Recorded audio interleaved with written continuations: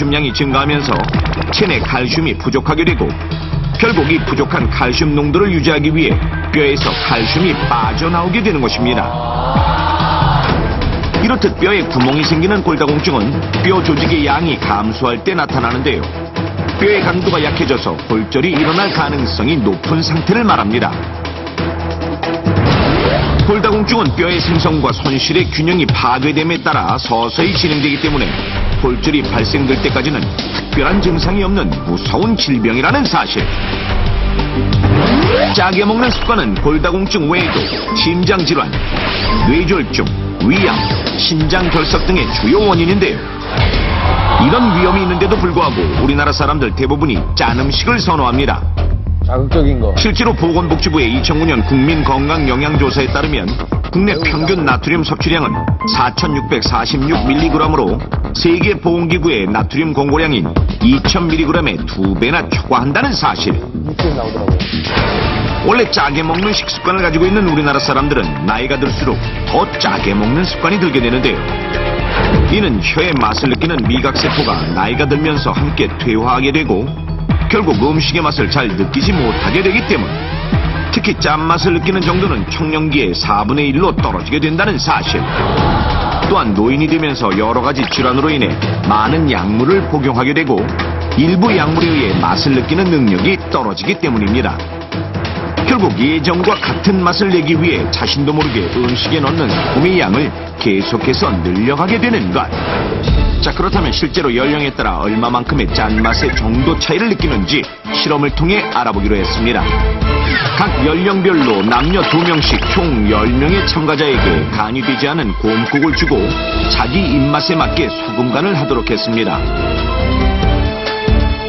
저마다 간을 보며 소금을 넣는데 참가자들이 간을 다 맞추자 염도계로 각각의 염도를 측정해봤습니다. 측정 결과 놀랍게도 연령이 높아질수록 평균 염도가 높아지는 모습을 볼 수 있었고 70대의 경우 어린이보다 약 6배가량 높은 염도가 측정됐습니다. 즉 나이가 들수록 나트륨 섭취가 많아진다는 사실. 이는 노인들이 즐겨 먹는 김치, 된장, 간장 등의 발효식품 등이 대부분 염도가 높고 찌개나 국물을 선호하는 성향 때문에 나트륨을 많이 섭취하게 되는 것입니다. 그렇다면 짜게 먹는 식습관이 장기간 이어졌을 경우 골밀도에 얼마만큼의 영향을 주게 될까요?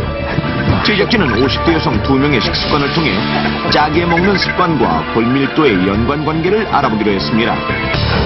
먼저 싱겁게 먹기가 생활화되어 있는 하수연 씨의 세끼 식단. 끼니마다 대부분 채소가 빠지지 않고 짠 음식은 대부분 피하고 있었는데요. 이렇게 하루 동안 먹는 총 나트륨 양은 약 5.2g. 하수연 씨와는 다르게 남들보다 음식을 좀 짜게 먹는 편이라는 배미경 씨의 식단. 대부분 짜거나 양념이 강한 음식들입니다.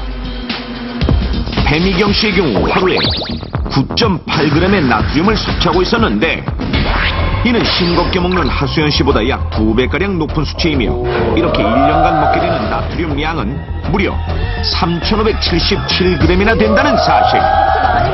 이렇듯 나트륨 섭취에 큰 차이를 보이는 두 사람. 실제로 이들의 뼈 건강은 어떨지 검사를 해보기로 했습니다. 골밀도 측정을 통해 뼈의 상태를 알아보기로 했는데요.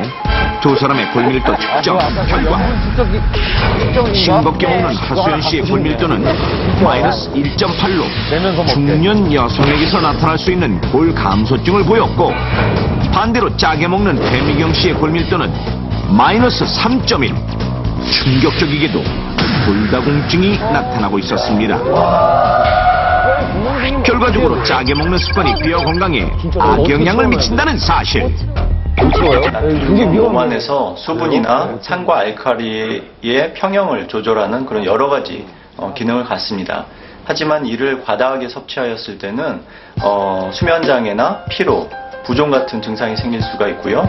또한 고혈압이나 심장질환 또는 위암, 콩팥질환 같은 병을 일으킬 수도 있습니다. 또한 뼈 구성 성분에 영향을 미쳐서 골다공증이 생길 위험성을 높이기도 합니다. 짜게 먹는 습관을 버리고 골다공증을 예방할 수 있는 방법, 위기탈출 넘버원에서 알려드리겠습니다. 세계보건기구에 따르면 성인 기준 1일 나트륨 섭취 권장량은 2g, 나트륨 섭취가 많은 우리나라의 경우 권장량이 5g 정도로 이는 차 숟가락 하나 정도의 양입니다. 이를 지키기 위해서는 소금을 멀리하고 음식을 싱겁게 먹는 버릇을 들여야 하며 70도가 넘는 뜨거운 음식은 짠맛을 느끼기 어려우므로 음식의 간을 볼 때는 낮은 온도에서 봐야 합니다. 또한 과자나 간식, 각종 가공식품에 나트륨이 과도하게 들어간 경우가 많으니 포장지 뒷면의 나트륨 양을 꼭 체크하시고 우리가 평소에 자주 먹는 음식인 아이스크림, 빵, 쿠키, 과일 주스, 자양강장제 등에도 단맛을 내기 위해 꽤 많은 나트륨이 들어있기 때문에 과한 섭취는 피하셔야 합니다. 염도계를 통해 음식에 들어간 소금의 양을 확인하는 것도 좋은 방법인데요. 보통 음식은 염도가 0.3에서 0.4% 이하가 되어야 정상입니다. 이런 방법들이 어려운 노인들의 경우 제일 쉽고 간편하게 간을 맞추는 법은 바로 음식을 먹을 때 늘 싱겁다 할 정도로 약하게 간을 해야 한다는 것 꼭 기억하시고 평소에 우유 등의 유제품을 통한 칼슘 섭취를 생활화하시고 수분 함량이 높은 과일을 많이 먹어 몸 안에 불필요한 나트륨을 배출시켜야 합니다. 내 몸을 위해 먹는 음식 맛도 중요하지만 건강하게 먹는 법이 더 중요하다는 사실 잊지 마십시오. 오랜만에 동네 친구들을 만나러 나온 옥심 할머니. 오늘따라 걸음은 깃털처럼 가볍고 기분은 구름 위에 있는 듯 즐거운데요. 옥심 녀석 어디가? 아이고 말짱 망고 만나러 가는 길인데 같이 가면 되겠네. 그래? 어버이날인가 봐요? 아유 꽃 참 곱다. 저 꽃 크기에 따라서 아유 저도 자기께 뭐 더 많이 좋은데 뭘 생각을 하시는데 어버이날 아침 손자 손녀들에게 예쁜 카네이션을 2송이나 받은 옥심 할머니. 내내 기분이 좋았던 것도 다 그 때문이었는데요.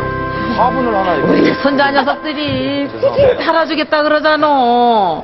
그래? 아, 부럽네. 아, 그런데 오늘 햇빛이 왜 이렇지? 아이고, 아이고, 아이고. 아이고, 한방구가 그냥. 이 옷이 얼마짜린데? 참. 그거 웬 거야? 아니, 비싼 건 싫다고 그러는데, 우리 며느리가 굳이 챙겨주잖아. 그래? 난 햇빛 따가운 줄도 몰랐네. 옷이 그냥 잠자리 날개 마냥 보들보들한 게 자랑하시느라 바쁘네. 네. 얼마나 시원하고 좋은지 몰라. 우리 손자가 사준 거라서 그런가? 응? 아이고. 그렇게 서로 자랑을 늘어놓는 사이 어느새 약속 장소에 도착한 두 사람. 아이고 좋다마다. 저기 왔네. 아이고. 우리 아들. 그런데 찻집에서 기다리던 두 할머니도 똑같은 신경전이 있었던 모양입니다. 아유, 뭐라도 좀 시키지. 여태 뭐 했어? 내가 사올게. 기다려. 손이 크기로 유명한 옥심 할머니. 잠시 후 평소 좋아하는 한가와 케이크 등을 한가득 사왔습니다. 와, 달어. 역시. 야. 할머니 넷이 모이니 또다시 펼쳐지는 자식 자랑 열정. 시간이 어떻게 가는지도 모를 지경입니다. 그렇게 한창 이야기꽃을 피우던 그때 아이 우리 손녀 저녁에 외식하기로 했는데 늦지 말라고 보냈네. 문자로. 아이고. 안 아이고 읽어주셔도 되는데요. 문자가 지울 줄 알아? 모르지. 참 이거 그냥 다듬어 그냥 없어지는겨. 아이고 뭐 그런 게 어딨어. 손녀의 문자를 받고 나니 저녁 시간이 더 기다려지는 옥심 할머니. 결국 조금 서둘러 집으로 돌아가기로 하는데요. 아이고 시간이 벌써 이렇게 됐네. 아이고 오늘 지금 외식하러 뭘 가야 먹자고 되는데. 해야 하나. 괜히 이것저것 많이 먹어버렸잖아. 아이고 이거 저기 다 먹어놓고서. 그런데 마음이 너무 급했던지 순간 균형을 잃고 휘청거리는 할머니. 왜? 내가 왜 이러지? 다행히 별일은 아닌 듯 옥심 할머니는 곧 걸음을 재촉했습니다. 얼마 후 먹자. 동네 식당을 찾은 옥심 할머니네 가족. 옥심 할머니는 오랜만에 5 식구가 한자리에 모여 한없이 행복한 모습인데요. 어머니 천천히 드세요. 아까 먹었던 과자 때문인지 금방 배가 불러왔지만 크게 불편할 정도는 아니었습니다. 할머니 많이 드셔야 돼요. 아셨죠? 아이고야. 야, 이건 쌈이 아니라 꿀이다, 꿀. 아유,